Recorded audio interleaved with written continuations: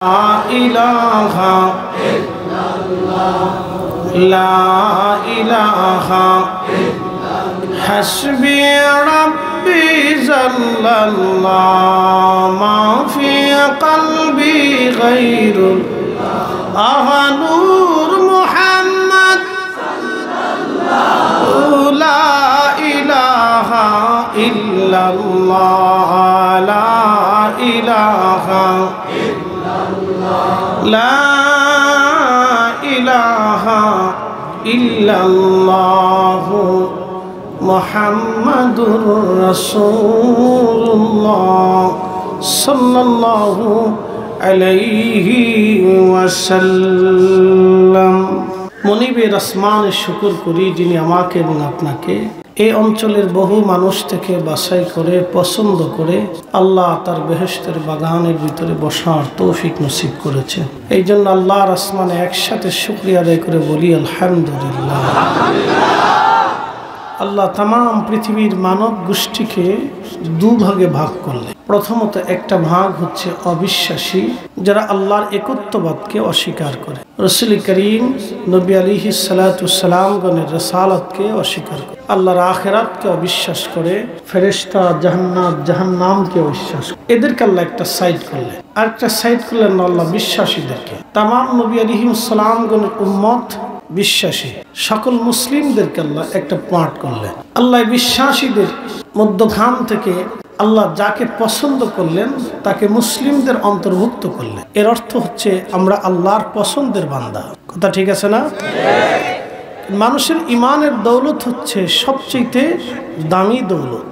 আপনি যদি দেখেন বর্তমান পৃথিবীতে 800 কোটি মানুষ আছে, এর ভিতরে 600 কোটি মানুষ আছে অমুসলিম, বাদ বাকি মাত্র 200 কোটি মানুষ আল্লাহকে আল্লাহ বলে স্বীকার করে। 600 কোটি মানুষের ভিতরে অনেক বড় অধ্যাপক, অধ্যক্ষ, ডক্টর, ভাইস চ্যান্সেলর, পৃথিবীর বড় বড় ইউনিভার্সিটির পদার্থবিদ, রসায়নবিদ, রাজনীতিবিদ এবং আপনি যদি দেখেন অর্থনীতিবিদ, পৃথিবীর বড় বড় অর্থনীতি কিন্তু তারা নিয়ন্ত্রণ করে। এবং অর্থনীতির সমীক্ষা বলেন, আন্তর্জাতিক মানের যত যাহা কিছু বলেন তাদের নিয়ন্ত্রণে। এগুলি আমাদের নিয়ন্ত্রণে নয়, অর্থনীতি তাদের নিয়ন্ত্রণে, সমাজনীতি, রাষ্ট্রনীতি, বিশ্ব পরিচালনাটা তারা করে। পৃথিবীর 2টা বেল্ট, একটা আমেরিকান বেল্ট, একটা রুশিয়ান বেল্ট, তারা পৃথিবী পরিচালনা করে। পৃথিবী পরিচালনা কিন্তু মুসলমানদের হাতে নাই, মুসলমানরা শুধু পুতুল মাত্র। সৌদির বাদশা এটা আমাদের মুসলিম মিল্লাতের একটা নির্ভরযোগ্য দেশ, কিন্তু সৌদির বাদশা হচ্ছে আমেরিকার পুতুল। আমেরিকা যেমনে বলে সেমনি শোনে।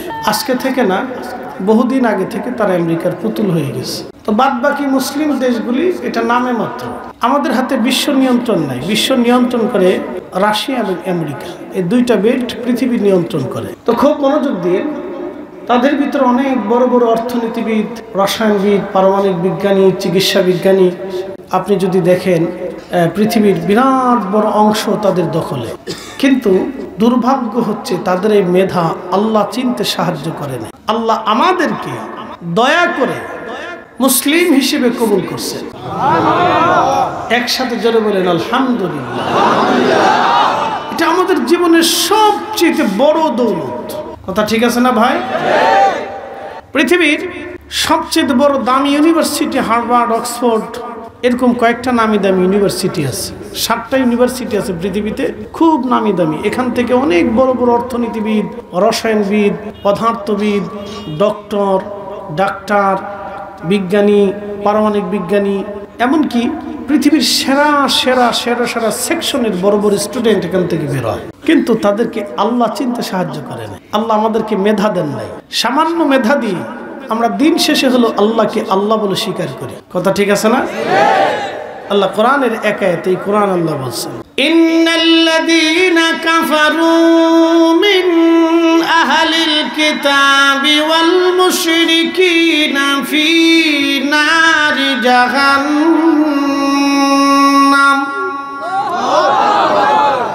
ফি নারি জাহান্নাম খালিদিনা ফিহা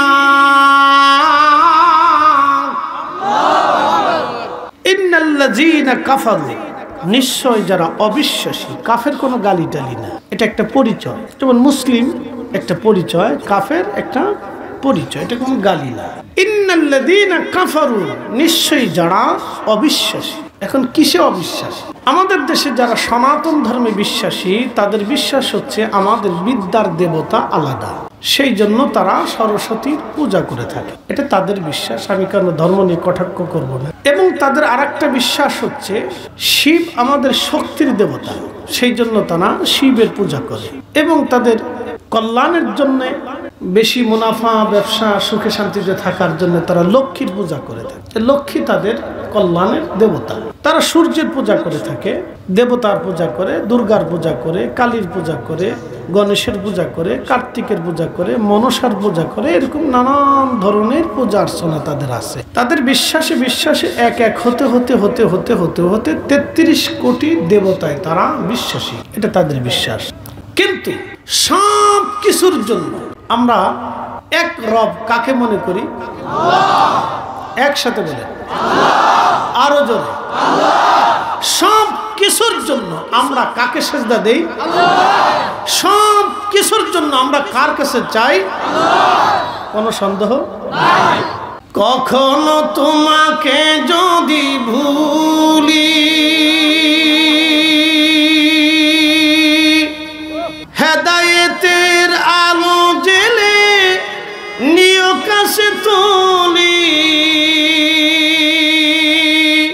ঠাই দিও প্রিয়তম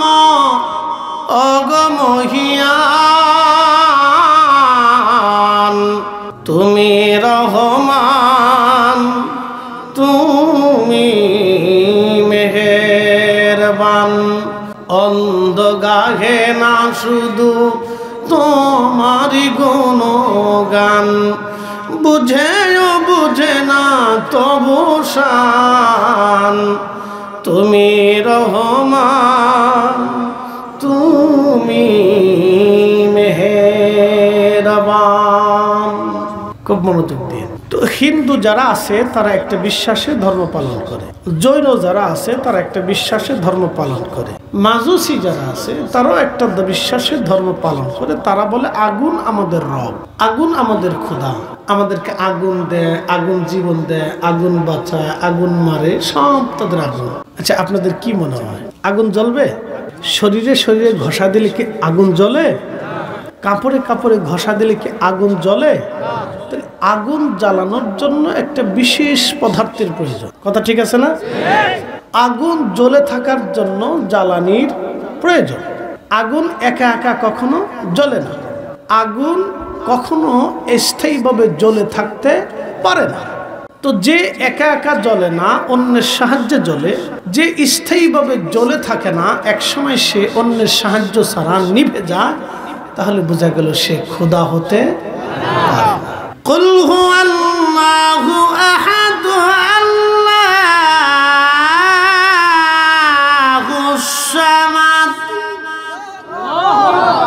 হুজুর আপনি বলে দেন আমি এক, আপনি আরো বলেন আমি কারো মুখাফিক কিনা? সব সৃষ্টি আল্লাহর মুখাফিক। আচ্ছা বলেন, যারা পৃথিবীর বিভিন্ন ধর্মে বিশ্বাসী তারা কি নিজেদের বয়স ধরে রাখতে পারে?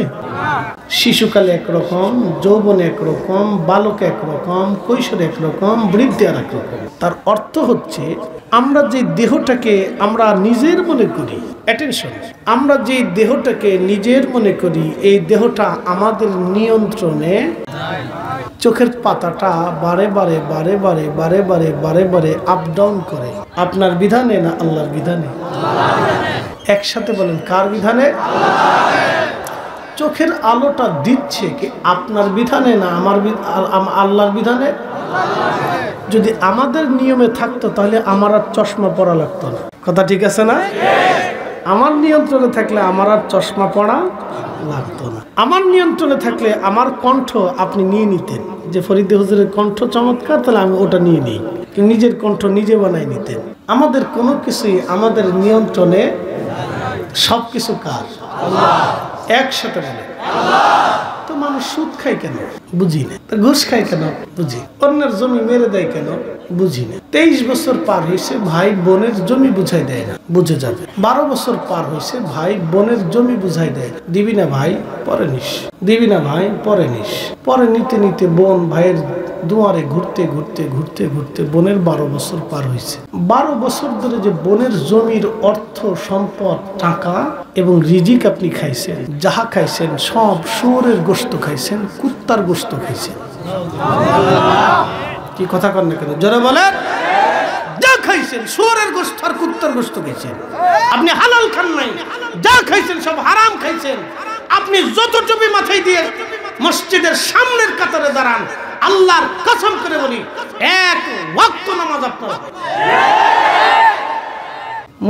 মুসলমান কি জিনিস বুঝে যাওয়াটা জরুরি। উপস্থিতি আমার আপনাদেরকে একটা পরিসংখ্যান বোঝায়। একটা লোক 5 বছর ধরে নামাজ পড়ে না, আর আরেকটা লোক 5 বছরে এক ওয়াক্ত নামাজ ছাড়ে না।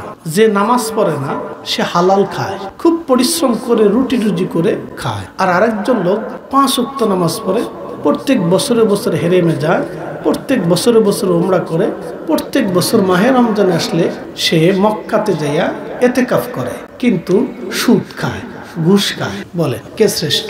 আমি পরিসংখ্যানে দিছি, আপনার বিবেকে কি বলে? দলিল পরে আসে, শ্রেষ্ঠ কি? এখান থেকে বুঝতে হবে দিন কি জিনিস।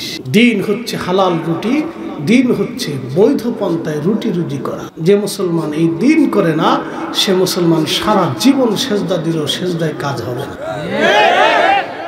আসল এই জন্য আমি মনে করি হারাম খাইয়া সুদের কারবারি করে মসজিদের প্রথম কাতারে দাঁড়ানোর চাইতে রিক্সাওয়ালা দিন মজুর আল্লাহর দরবারে লক্ষ কোটি গুণে ভালো, কোটি কোটি গুণে ভালো, কোটি কোটি গুণে ভালো।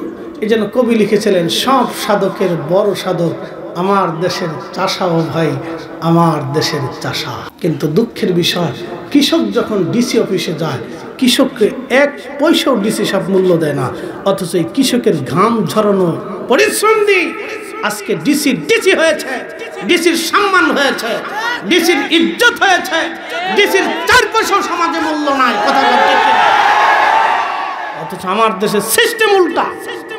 সরকারের বাধ্য করে দেওয়া উচিত প্রত্যেকটা কৃষক DC office, SP office, TN office, সচিবালয় যেখানে যাবে প্রয়োজন বোধে ডিসি উঠে তাকে স্যালুট করে সম্মান করে তাকে বসতে জায়গা দিতে হবে। আমাদের দেশের কৃষকের টাকা হালাল, পরিশ্রম হালাল, জমিন হারাম হালাল, খাবার হালাল, পানি হালাল, যা খায় সে হালাল। সে 1 টাকাও ডাইনবাম করে না, দুর্নীতি করে না, চুরি করে না। সে আমার দেশের আসল সম্পদ।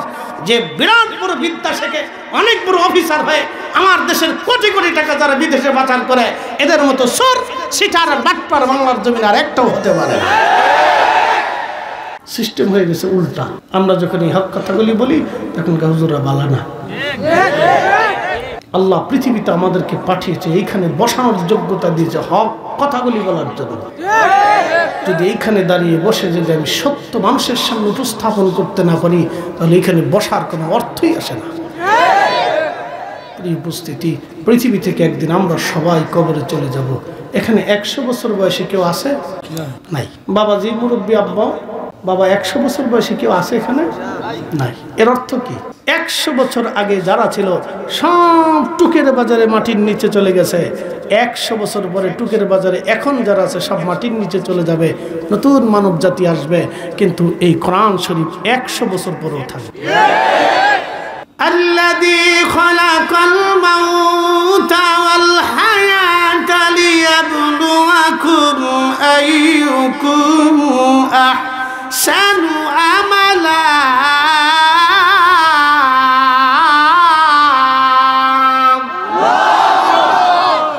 আমরা হুজুররা মিলাদ নিয়ে শুধু শুধু ঝগড়া করি। বলতেছি আমরা মিলাদ নিয়ে, দোয়া নিয়ে বেহুদে ঝগড়া করি। আচ্ছা বলেন তো, এদেশে কি মিলাদ বন্ধ করার দরকার না সুদ বন্ধ করার দরকার? এদেশে কি মিলাদ দোয়া বন্ধ করার দরকার না ঘুষ বন্ধ করার দরকার? এদেশে কি দোয়া বন্ধ করার দরকার না দুর্নীতি বন্ধ করার দরকার? এদেশে কি মিলাদ বন্ধ করার দরকার না পতিতালয় বন্ধ করার দরকার? এদেশে কি মিলাদ বন্ধ করার দরকার না বেহাপনা বন্ধ করার দরকার? এদেশে কি মিলাদ বন্ধ করার দরকার না খুন খারাপি বন্ধ করার দরকার? আমরা যেটা বন্ধ করার সেটা পারি নাই, যেটা দরকার না সেটা নিয়ে পারাপারি করতেছি। আপনি সব আলেমকে জিজ্ঞেস করেন, সবাই বলবো কথাই তো ঠিক। কি লেগে আমরা নিজেরা খুশাখুশি পারাপারি কিলে কিলে গুতাগুতি করতেছি? আমার আগে যে ভাই বলে গেছেন, সে যে কথা বলছেন আমারও তো ঘুরে ফিরে এই দিকেই কথা, একই কথা। কথা ঠিক আছে না ভাই? উনি যে আগে যেটা বলছেন, উনি আমার কমই ভাই, উনি যে কথাগুলি বলতেছেন বলে গেছেন, আমি তো সেই একই দিকে সবাই টানতেছি। কথা ঠিক আছে না ভাই? মৌলিক দিক দিয়ে আমরা সবাই এক, মৌলিক দিক থেকে আমরা সবাই কি এক। দ্বিমত সামান্য মুস্তাহাব নেই, এটা নিয়ে ঝগড়া করার সময় নাই। ঝগড়া আমরা করতে করতে বহু সরে ওই আপনার কি বলে বেগম পাড়ায় বানিবার বাড়ি বানাইছে, সুইজার ব্যাংকে টাকা পাঠাই দিচ্ছে। কি কথা করলে?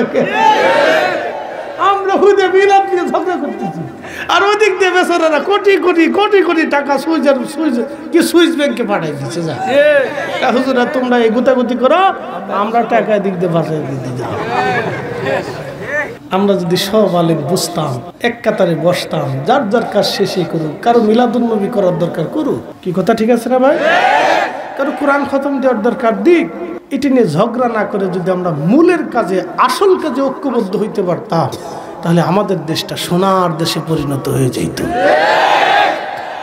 রাত্রিবেলা দোকান খুলে মানুষ ঘুমাইতে পারবে, দোকান খুলে ঘুমাইতে পারবে। আপনার মেয়েটা রাত 10টার সময় রাস্তা দিয়ে হেঁটে গেলেও কেউ জিজ্ঞাসাও করতো না, ডরে যে আপনি কে যান, দাঁড়ান। কথা কর না কেন? ডরে জিজ্ঞাসা করতো না। মেয়েকে জিজ্ঞেস করে তো দরের কথা, ও নিজেই থরথর করে কাঁপতো, তাই সর্বনাশ, কোন বিপদে পড়ে যাবো। বুঝতে পারছে?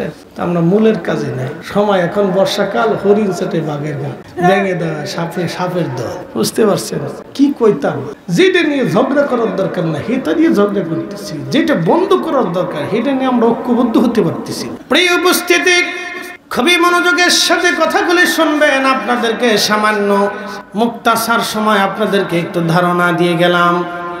প্রিয় উপস্থিতি, কথাগুলি ভালো করে বুঝে যাবেন বাবাজি। আমরা সবাই একদিন কবরে চলে যাব, দুনিয়ায় কেউ আমরা থাকবো না, সব মাটির নিচে। আল্লাহর দরবারে সবাইকে একদিন ফিরে চলে যেতে হবে, আল্লাহর দরবারে ফিরে চলে যেতে হবে। সেই দিন কিন্তু আল্লাহ জিজ্ঞেস করবে না, হে ফরিদি তুমি আল্লাহুম্মা সাল্লি আলা সাইয়্যিদিনা মাওলানা মুহাম্মদ ওয়া আলা আলি সাইয়্যিদিনা মাওলানা মুহাম্মদ এই দুরূদ কেন পড়ছিলা। আল্লাহ এটা জিজ্ঞাসা করবে না। আল্লাহ জিজ্ঞাসা করবে তুমি হালালে না হারামে, হালালে না হারামে, হালালে না হারামে কথা কর না কেন? তো যেটা আল্লাহ কিয়ামতে জিগাইতো না, এটা নিয়ে আমরা দুনিয়ার ঝগড়া বাঁধাইছি, এটা নিয়ে আমরা ঝগড়া বাঁধাইছি। ভাই আমি মাঝে মধ্যে চিন্তা করি আর হাসি, আর কোন ফাগুলে আপনারা ধরল। আমরা গুতাগুতি করতে করতে সুরে চুরি করে শেষ করে ফেলাই, গ্যারাস্তে মারামারি করতেছি। আমরা কি গ্যারাস্ত না? কি কথা কর না কেন? আমরা কি গ্যারাস্ত না? আমরা হলাম গ্যারাস্ত। তা আমরা নিজেরা মুরগা নিয়ে ঝগড়া করতে করতে সোরে গরু নিয়ে বলাইছি। কি কথা কর না? আমরা কি নিয়ে ঝগড়া করি? মুরগা। আর সোরে কি লেগে গেছে? গরু। গরু লে বলাইছে, সোরে খাই গরু লে যা, তোরা ঝগড়া কর, আমরা গরু লে যাই। প্রিয় উপস্থিতি, মনোযোগ দিবেন। আমরা মুসলমান হতে হলে আল্লাহ কোরআনে বললেন আসলামতু লিরাব্বিল আলামিন। মুসলমান তাকে বলে যিনার সবকিছু আল্লাহর জন্য হয়ে যাবে তিনি মুসলমান। যিনার সবকিছু আল্লাহর জন্য হবে তিনি মুসলমান। যিনার সবকিছু আল্লাহর জন্য হবে তিনি মুসলমান। কথা ঠিক কিনা? প্রিয় উপস্থিতি, খুব মনোযোগের সাথে কথাগুলি শুনবেন বাবাজি আমার। কোন ভাষায় কথা বললে যা আমরা বুঝবো জানি না। আল্লাহ কোরআনে বললেন ইন্নাল্লাযীনা কাফারু, যারা কাফির, যারা অবিশ্বাসী, মিন আহালিল কিতাব, এবং খ্রিস্টান এবং ইহুদি, ওয়াল মুশরিকিন, এবং যারা মুশরিক, প্রতিমার সামনে, পাথরের সামনে, গাছের সামনে যারা সেজদা দিয়ে মাথা নত করে পড়ে থাকে, আমার রব বললেন ফি নারি জাহান্নাম খালিদিনা ফিহা, চিরদিন চিরদিন চিরদিন তারা জাহান্নামে থাকবে, কোনোদিন তারা জাহান্নাম থেকে বের হতে পারবে না, চিরদিন তারা জাহান্নামে থাকবে। কিন্তু যারা ঈমান নিয়ে একবার হলেও কবরে যেতে পারবে, তারা একদিন না একদিন জাহান্নাম থেকে বের হয়ে আসবে। সুবহানাল্লাহ। এটা ঈমানের বরকত। এই জন্য আমাদের ঈমান হচ্ছে আমাদের মূল ফাউন্ডেশন। এই জন্য ঈমানকে মজবুত করতে হবে। বিশ্বাস, লা ইলাহা ইল্লাল্লাহ, একসাথে বলেন লা ইলাহা ইল্লাল্লাহ, লা ইলাহা ইল্লাল্লাহ। আল্লাহ ব্যতীত কোনো রব আছে? একসাথে বলেন আছে। যদি কোনো মুসলমান মনে প্রাণে কলিজার ভিতরে বিশ্বাস করে যে হ্যাঁ রব আছে, তাহলে নামাজের কাতারে সে দাঁড়াবে, সে নামাজের কাতারে দাঁড়াবে। হাইয়া আলাস সালাহ,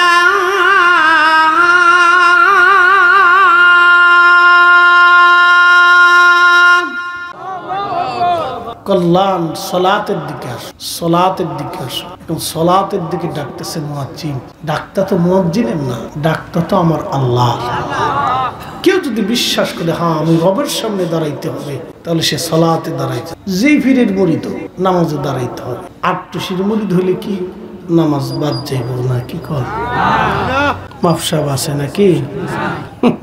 গাউসে পাকের মুরিদ হলে কি নামাজ টামাজ পড়া টরা লাগতো না? না, আমাদের দেশে একদল আছে কোনরা মোষ কোনরা দাড়ি হাতা নিজেও কইতারে না, 7 দিন পর্যন্ত গোসল টোসল করে না, শরীর থেকে পাড়ার বন্ধ করে। এটাকে আমরা সাহসুবি, সাহসুবি শয়তান কোথাকার। এটাই যদি সাহসুবি হয়তো শয়তান কেনা, কি কথা কন না কেন? কিসের সাহস? আল্লাহ রাসূল জীবনে শেষ নিঃশ্বাস পর্যন্ত সালাত প্রতিষ্ঠিত করেছে, নামাজের কাতারে দাঁড়িয়েছে, সালাতে দাঁড়িয়েছে, সাহাবায়ে কিরামকে হাতে কলমে নামাজ শিক্ষা দিয়েছে, জিহাদের ময়দানে নিয়েছে, রোজা শিক্ষা দিয়েছে, হজ শিক্ষা দিয়েছে, দ্বীন শিখিয়ে গেছেন। অতএব শরীয়তের বাইরে, ইসলামের শরীয়ত জিন্দেগির বাইরে কোনো মারফত হতে পারে না। কেউ যদি বলে শরীয়তের বাইরে মারফত, মিথ্যা কথা, সে মুসলমানই হতে পারে না। কথা বলে ঠিক কিনা? কিসের মুসলমান? একদল আছে কয় নামাজ জীবনের মতো একবার পড়লেই চলে। আচ্ছা বলেন তো, নামাজ যে অস্বীকার করে সে মুসলমান থাকে? নামাজ অস্বীকার করা মূলত আল্লাহর কোরআনকে অস্বীকার করা, কোরআনকে অস্বীকার করা মূলত আল্লাহকে অস্বীকার করা। কথা ঠিক আছে না? যে নামাজকে অস্বীকার করবে, রোজাকে অস্বীকার করবে, সে মূলত মুসলমান থাকে না, সে কাফের হয়ে যায়। আমার দিকে তাকান, আমার মাথায় একটা পাগড়ি আছে না ভাই? এখন আপনি পাগড়ি মাথায় দেন বা না দেন সেটা আপনার ইচ্ছা। আমি দিছি, আপনারা দেন নাই। এখন আপনি দেন বা না দেন সেটা আপনার ইচ্ছা। দিলেও দিতে পারেন, না দিলেও নাও দিতে পারেন। কিন্তু যদি আপনি বলেন যে ইসলামে কোনো পাগড়ি নেই, তখন আপনি আর মুসলমান নাই। কারণ রসুলের একটা সুন্নতকে আপনি অস্বীকার করেন। নবীর একটা সুন্নতকে অস্বীকার করা মানে রসুল অস্বীকার করা, আর রসুল অস্বীকার করা মানে সে আর মুসলমান নাই, সে কাফের হয়ে গেছে। এই কোরআনে আল্লাহ বলে দিলেন, কুল ইন কুনতুম তুহিব্বুনাল্লাহা ফাত্তাবিউনি ইউহিব্বুকুমুল্লাহ।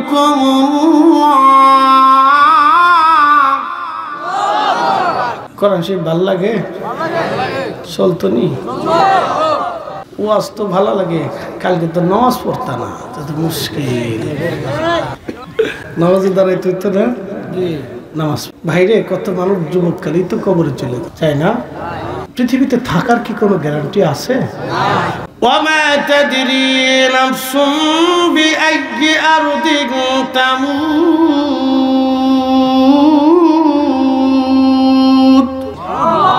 মানুষ কোথায় কোন জায়গায় মারা যাবে কেউ বলতে পারে না। প্রিয় উপস্থিতি, আমার বন্ধু, আমার ভাই, আমার যৌবনে যুবকে কত মানুষ কবরে চলে যায়। মুসা আলী, হযরত সুলাইমান আলাইহিস সালামের রাজ দরবারে একদিন সুলাইমান আলাইহিস সালাম বসে আছেন। ইমাম আহমদ ইবনে হাম্বল কিতাবুজ জুহুদের মধ্যে একটা ঘটনা লিখছে। তো এমন সময় আজরাইল আলাইহিস সালাম আসছে। আপনাদের সাথে আজরাইলের কোনোদিন দেখা সাক্ষাৎ হইছেনি? যেদিন হইব সেদিন বুঝবেন যে শেষ, আমও যাইব, চালাও যাইব। তো আজরাইল আলাইহিস সালাম এসে এক যুবকের দিকে তীক্ষ্ণ নজরে, যেখানে বর্তমানে গাজা যুদ্ধ হচ্ছে না, এই গাজার আগে নাম ছিল আসকালান। তারও আগে নাম ফিলিস্তিন কি নাম পূর্বচন প্রাচীন ইসলাম জানি। সুলাইমান আলাইহিস সালামের রাজদরবারটা বাইতুল আকসাকে কেন্দ্র করে গাজা সমুদ্রবর্তী এলাকা দিয়ে বিরাট বড় রাজদরবার ছিল। এক পাশে মানুষ মন্ত্রী বসতো, আর এক পাশে জিন মন্ত্রী বসতো। 350 মানুষ মন্ত্রী, 350 জিন মন্ত্রী। মানুষও শাসন করত, জিনদেরকেও শাসন করত। প্রিয় উপস্থিতি, হযরত সুলাইমান পৃথিবীর 2টা জাতিকে শাসন করতেন একসাথে, একটা মানুষ এবং জিন। পৃথিবীতে জিনদের হায়াত বড় বড় লম্বা লম্বা। আল্লাহ বলেন ওয়া খালাকাল জান্না মিন মারিজিন মিন নার। আগুনের শিখা থেকে জিন জাতিকে আমি সৃষ্টি করেছি। এই জিনেরা উগ্র, জিনদের সাথে আল্লাহর প্রেম হলো না। জিনেরা উগ্র, যেহেতু তারা আগুনের তৈরি, জিনদের সাথে আল্লাহর কোনো প্রেম হলো না। কোটি কোটি বছরে পৃথিবী জিনেরা শাসন করেছে। এখন তো হাজার হাজার প্রায় লক্ষ বছর ধরে মানুষ এই পৃথিবী শাসন করে, কিন্তু জিনেরা তার আগে কোটি কোটি বছর এই দুনিয়া আবাদ করেছিল। আজকে আপনারা যেখানে বসে আছেন, এক সময় এখানে জিনদের আবাদ ছিল, জিনেরা বসবাস করত। এখানে কোনো মানুষের অস্তিত্ব পৃথিবীতে ছিল না। এই টুকের বাজার কোম্পানিগঞ্জ সিলেট এই অঞ্চলে এক সময় পৃথিবীতে কোনো মানুষের অস্তিত্ব ছিল না। এখানে জিনেরা বসবাস করত, জিনেরা থাকতো। আল্লাহু আকবার। জিনদেরকে আল্লাহ তাড়িয়ে দিলেন। জিনদেরকে তাড়াই দেওয়ার পরে আমার রব, আমার আল্লাহ পৃথিবীতে মানব জাতি পাঠাইলেন। কারণ জিনদের সাথে আল্লাহর প্রেম হলো না, আল্লাহর প্রেম হয়েছে মানুষের সাথে।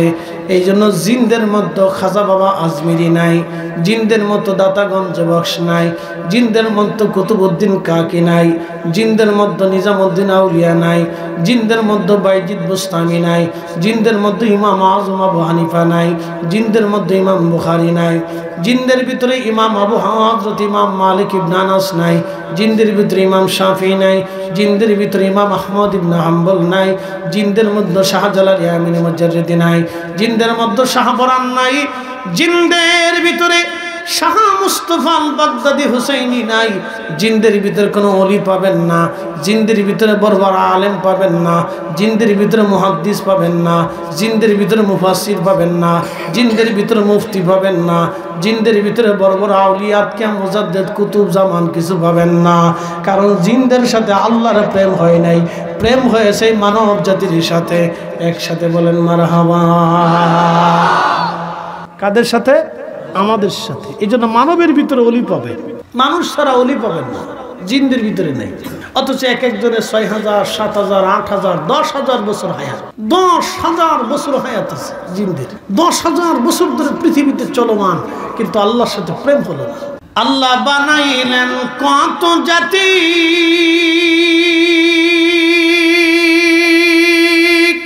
হইল না তার প্রেম প্রীতি,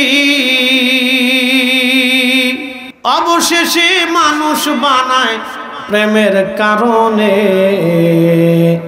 প্রেমের ডোরি বান্ধরে মদিনার শনে, হায়রে প্রেমের ডোরি বান্ধরে মদিনার শনে। ঠিক কিনা? জিনদের সাথে আল্লাহর প্রেম হয়নি, ফেরেশতাদের সাথেও হয়নি। বলে এটা কি তা কর? হ্যাঁ, ফেরেশতারা কোটি কোটি বছর পৃথিবীতে আল্লাহর ইবাদত করলো, কোটি কোটি কোটি কোটি বছর আল্লাহর ইবাদত করলো। ফেরেশতাদের সাথে আল্লাহর প্রীতি হয় নাই। ফেরেশতারা বলল, ইয়া রাব্বি, মানব জাতিকে এত মর্যাদা কেন দিলা? আল্লাহ ডাক দেখে ফেরেশতারা ওদের নেগেটিভ দিলাম, পজিটিভ দিলাম, কাম দিলাম, ক্রোধ দিলাম, লোভ দিলাম, মোহ দিলাম, কামনা বাসনা, রিয়া, আশা আকাঙ্ক্ষা, যাতনা, দুঃখ বেদনা, সুখ দুঃখ, ক্ষুধা যন্ত্রণা, রাগ বিরাগ, হাসি কান্না, সব আমি রব্বুল আলামিন দিলাম। যা তোমাদেরকে দেই নাই, তোমাদেরকে ক্ষুধা দেই নাই, নেগেটিভ দেই নাই, শুধু পজিটিভ দিলাম। যার কারণে ক্ষুধা কি জিনিস তোমরা জানো না, কাম কি জিনিস তোমরা বুঝো না, লোভ কি জিনিস তোমরা জানো না, আশা আকাঙ্ক্ষা তোমাদের নাই। তোমরা আমি আল্লাহর ইবাদত করো সব সময়ের জন্য, কিন্তু আমি আমার বান্দাদেরকে সব কিছু দেওয়ার পরেও একটা আজাজিল শয়তান তাদের পিছনে লেগে আছে। ইন্নাহু লাকুম আদুব্বুম মুবিন, সে প্রকাশ্য দুশমন। সারফাক দেখালে চাবি মেরে বেড়ায়, সারফাক দিয়ে শুধু চাবি মেরে বেড়ায়। আমার বান্দারা এই সব কিছুকে লাথি মেরে ফেলে দিয়ে, দুনিয়াকে লাথি মেরে ফেলে দিয়ে, শয়তানকে লাথি মেরে ফেলে দিয়ে আমার বান্দা তাহাজ্জুদে দাঁড়ায় যায়, নামাজে দাঁড়ায় যায়, জিকিরে বসে যায়, মাহফিলে বসে যায়, কোরআন তেলাওয়াতে বসে যায়, দুরুদে বসে যায়, দান সদকা করে, জিকিরে ফিকিরে বসে যায়, হালাল খাবার খায়। এ ফেরেশতারা, সেই জন্য আমি আমার বান্দাদেরকে শ্রেষ্ঠত্ব দিলাম। তারা অল্প আমলে আমি রব্বুল আলামিন তাদের বিরাট বড় বেনিফিট দিয়ে দিলাম। ফেরেশতারা কয় আল্লাহ তা আমরাও দিয়ে দাও। আচ্ছা যাও, কে কে যাবা? কে হারুত আর মারুতে যাইব। সূরা বাকারার হারুত ও মারুত। ফেরেশতারা কয় আমরা দুই ফেরেশতাই যাইব, হারুত আর মারুত। আল্লাহ তুমি মানুষের গুণাবলী তাদের মধ্যে দিয়ে দাও, দেখবা হেরা পরীক্ষায় পাস করবে। আল্লাহ কয় আচ্ছা ঠিক আছে পড়াও। আল্লাহ জানে না, কথা কর না কেন, জানে না? জানে না যে ভ্লাদিমির পুতিন আল্লাহকে মানত না? ভ্লাদিমির পুতিনের ব্যাপারে আল্লাহ জানে না? এটা রাশিয়ার প্রেসিডেন্ট জো বাইডেন, এটা সারা পৃথিবীর শয়তানি করবো, যুদ্ধ বাঁধাইবো, অশান্তি করবো, বিশৃঙ্খলা করবো। আল্লাহ জানে না? এই জন্য হেতারে জো বাইডেন বানাই রাখছে। আল্লাহ জানে, কিন্তু আমারও তো জো বাইডেন বানাই নাই, আমার আল্লাহ এখানে বসাইছে। আল্লাহ জানে যে এই রুহুটা আমি আল্লাহর গোলামি করবে, সেই জন্য আল্লাহ গোলামির জন্য বসাইছে। আল্লাহ আপনারা জানে যে এইখানে বসে আপনি আল্লাহর গোলামি করবেন, এই জন্য আল্লাহ আপনারা এইখানে বসাইছে। কথা কন না কেন? ভাগ্য, আল্লাহ দয়া করছে। কার দয়া? একসাথে কর না, কার দয়া? বলেন না আলহামদুলিল্লাহ। অনেকে সারাদিন পরিশ্রম করে 500 টাকা রুজি করেন, আছে না ভাই? এটা চিন্তা করে আমি যদি প্রত্যেক দিন 5 লক্ষ টাকা রুজি করতে পারতাম। আপনার আল্লাহ দেয়নি। কেন দেয়নি? 5 লক্ষ টাকা রুজি করলে আপনি হয়তো ওই টাকা দিয়ে পতিতলায় যাইতেন, বেডি না চাইতেন, ওই টাকা দিয়ে হারাম কারখানা বানাইতেন। আল্লাহ আপনারে না দিয়ে গরিবত্বের ভিতরে রেখে আল্লাহ আপনার হেফাজত করছে। আল্লাহ ধনীদের 500 বছর আগে আপনার জান্নাতে নেওয়ার জন্য আল্লাহ আপনার গরিব বানাইছে। শুকরিয়া আদায় করে বলেন না আল্লাহু আকবার। দয়াকার, দয়াকার আল্লাহ। শুকর আদায় করো, সুখে থাকেন, দুঃখে থাকেন, যেখানেই থাকেন, যে অবস্থায় থাকেন, আলহামদুলিল্লাহ আল্লাহ ভালো রাখছে। আমরা অনেকে দাওয়াত দেয়, খুব ভালো মন্দ ইন্তজাম করে, সব জায়গায় ভালো হয় তা না, কোথাও খুদু বিলেরই থাকে। তাকে হুজুর এই মনে কিছু করেন না, রান্না বান্না করতে পারিনি, যাই ঝামেলা, দূরদূরি পারাপারিতে টাইম পাওয়া গেছে না, একটি বিরাট বড় সমস্যা আছে, দুনিয়ার মানুষ খেয়ে খেয়ে চলে গেছে, আপনার লেগে নাই, আর মুসকে আসি দেখে আলহামদুলিল্লাহ। আল্লাহ আমার বরাতে ওই পর্যন্ত রাখছে, আপনি যতই পারাপারি করেন খাওয়াইতে পারতেন। আল্লাহ যাহা রাখছে তাহাকে আলহামদুলিল্লাহ খাইছে নেই বালা। বরাতে রাখছে আল্লাহ। যারা এই দেশের কোটি কোটি টাকা চুরি করলো, ভালো করে বুঝছেন, ব্যাংকে টাকা আছে, সুইজারল্যান্ড ব্যাংকে টাকা আছে, বিদেশে টাকা আছে, দুবাইতে টাকা আছে, কিন্তু মরার আগে খাইয়ে যাইতে পারতো না। কি কথা কন না কেন? কারণ ফ্যাটের ভিতরে তো আর 3 মাসের ফ্যাট না যে প্রত্যেক দিন 110 মণ করে খাইব। কি কথা কন না কেন? আল্লাহ একটা নির্দিষ্ট সীমানা দিয়ে দিছে, এর বেশি খাওয়ার কোনো সুযোগ নাই। হাজার হাজার কোটি টাকা থাকবে কিন্তু খাইতে পারতো না। কথা কন না কেন? আল্লাহ সিদ্ধান্তের বাহিরে একটা দানা, ভাতের দানা বেশি খাইতে পারবেন?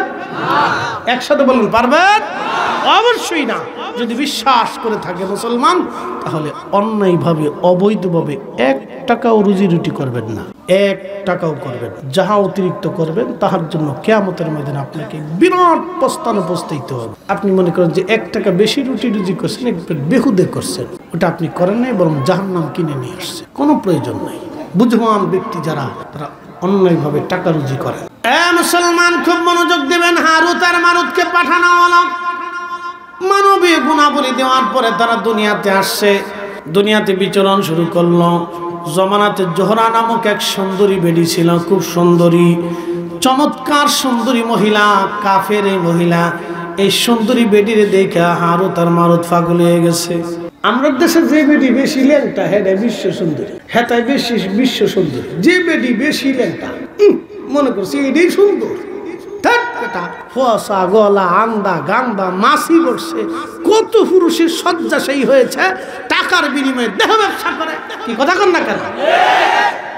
আমাদের দেশে চিত্র জগৎ, এই জগৎ সেই জগৎ, আজেরে বাজেরে ফাজেরে আন্দা গান্দা পচা, ও তো পচে গেছে, ওর ভিতরে পচা বাইরে পচা সব পচা।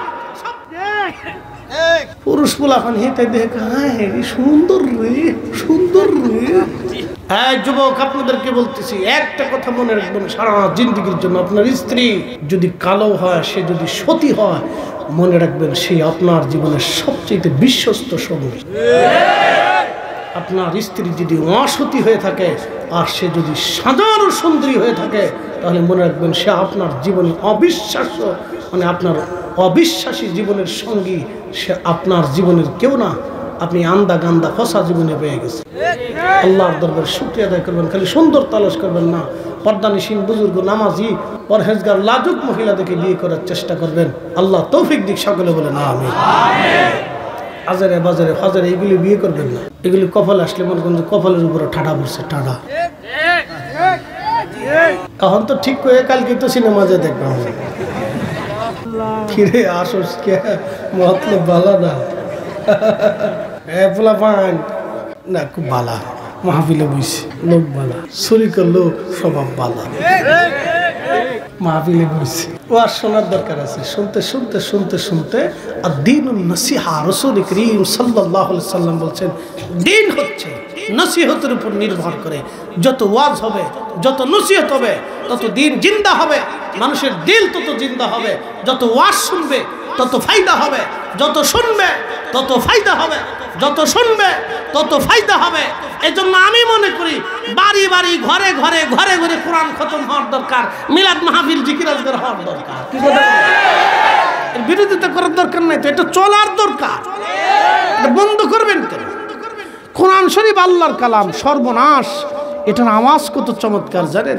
ওয়া ইদা তুলিয়াত আলাইহিম আয়াতুহু যাদাতুহুম ঈমানা।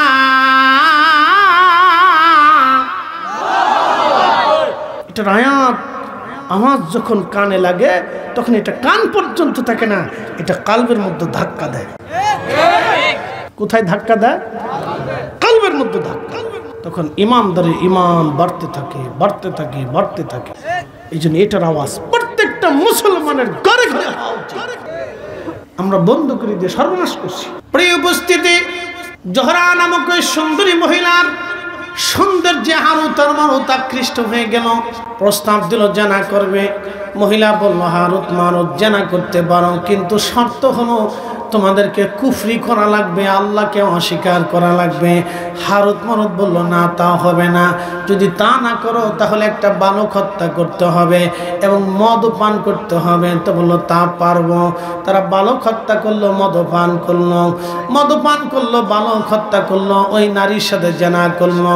আমার রব ডাক দিয়ে বলেন, হারুত আর মারুত, আমি আল্লাহ পাক, আমি আল্লাহর জায়গা পাক, অতএব তোমরা আর কখনো আসমানে ফিরে আসতে পারবে না। তোমরা নাপাকি করেছো, নাপাক হয়ে গেছ। শেষ। বলে, হারুত মারুত, তোমরা কি দুনিয়া চাও না আখেরাত চাও? বলি, ইয়া রাব্বি, আমরা আখেরাত চাই, আমাদের দুনিয়ার কোনো প্রয়োজন নাই। তোমরা দুনিয়াতে শাস্তি চাও না আখেরাতে চাও? বলি, ইয়া রব, দুনিয়াতে শাস্তি নিয়ে দাও, হাসরের ময়দানে আমরা মাফ করে দাও। আল্লাহ বলেন, তাহলে কিয়ামত পর্যন্ত পৃথিবীতে শাস্তি পেতে থাকবা, কিয়ামত পর্যন্ত শাস্তি ভোগ করতে থাকবা, তোমরা আর কখনো আসমানে ফিরতে পারবা না। এই জন্য ফেরেশতারাও ফেল খাইলো। ফেরেশতাদের সাথে আল্লাহর প্রেম হয় নাই, আল্লাহর প্রেম হয়েছে খাজা আজমিরির সাথে, শাহজালাল ইয়ামানি মুজাদ্দিদের সাথে, আউলিয়া ইকরামের সাথে, উলামা ইকরাম বুজুর্গানে দ্বীনের সাথে আল্লাহর প্রেম হয়ে গেল। তারা নিবৃত্তি নির্জনে সারা রাত আল্লাহর জিকিরে ফিকিরে ইবাদত করলো। আমাদের মাযহাবের ইমাম আবু হানিফা রাহমাতুল্লাহি আলাইহি এশারও যদি একটানা 40 বছর ধরে ফজরের নামাজ পড়লেন, তিনি 99 বার আল্লাহর সাথে স্বপ্নে দেখা হয়ে গেল তার। একবার জোরে বলা যাবে কি মারহাবা? তেলের গাড়ি তেলে চলি, হাওয়ার গাড়ি হাওয়ায় উড়ে, বিনা তেলে চালাই গাড়ি নবী সুলাইমান, আমরা সেই মুসলমান, আমরা সেই মুসলমান। মসজিদের জুতা এখনো চুরি করি। হাসিস না তোরা, হাসিস না। আমার মাহফিলের জুতা চুরি করে লেগেছে গা। আমার মনে আছে তখন আমি স্টুডেন্ট। হ্যাজাক লাইট চিনিনি? হ্যাজাক লাইট, হ্যাঁ হ্যাজাক লাইট চিনছেন আপনারা? ফার্ম মেরে মেরে জানা লাগতো। আমি সেই সময় থেকে ওয়াজ করি, তার মানে আজকের বক্তা না। যদিও চেহারা টাটকা টাটকা দেখতেছেন, বক্তা অনেক আগে। একটা হ্যাজাক লাইট ওই আর খুঁটির উপরে, এই টুলের উপরে রাইখে দিয়ে এরপরে ফার্ম মারতো। ফার্ম মারলে খালি জ্বলতো। 3টে মাইক টানাই দিয়ে ওয়াজ করতাম। বাপরে বাপ, ওয়াজ কারে কয়, থাকরা ফাকরা না, বিরাট ওয়াজ করতাম। তখনকার বক্তা তো তখন ওয়াজ করলে 100 টাকা দিত, 50 টাকা দিত, 30 টাকাও পাইছি। আবার অনেক কমিটি কইছে হুজুর জান গে পরে দেখা করবার, আর জীবনে দেখা হয়েছে। চিন্তা করছি কিয়ামতের মধ্যে হালকাতা দিব, যে কোনো আহেন, যারা যারা দিতে চাইছিলেন দিয়ে যান। তো খুব বড় যোগ দেন। তখনকার দিনের কথা মনে বললে হাসা। আল্লাহ, তো এই ও কষ্ট টাকা দিয়ে বাটার দোকান থেকে এক জোড়া জুতা কিনছি 1600 টাকা দিয়ে। তো তখনকার দিনে 1600 টাকা কিন্তু বাড়ির কাছে কথা না। অনেকদিন কষ্ট করে এক জোড়া জুতা কিনে পাঙ্কুশঙ্কু করিয়ে মাহফিলে উঠছি। চিন্তা করলাম ভালো এক জোড়া জুতা পরছি, জুতা পরে স্টেজে উঠটা ওয়াজ নসিহত করে দোয়া খাই করে নিচে নেমে দিয়ে আমার জুতাই নাই। মাইক দিয়ে কই তোর আল্লাহর দোহাই লাগে, আমার জুতা জোড়া দিয়ে যা। আমি বহুত কষ্ট করে আজকে কিনে লুয়েছি। সরিকার ধর্মের কাহিনী শুনে পর এক মুসল্লিকা হুজুর আমার এক সিরা জুতা আছে প্লাস্টিকের, আমাকে দেন, তাও বালা।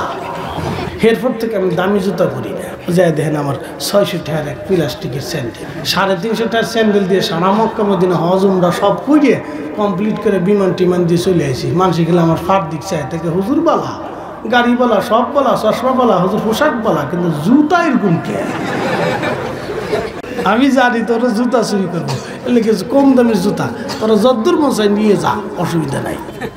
আবার জুতা আজ পর্যন্ত আর চুরি হয় না, এরপর তার দামি জুতা কিনে নেই।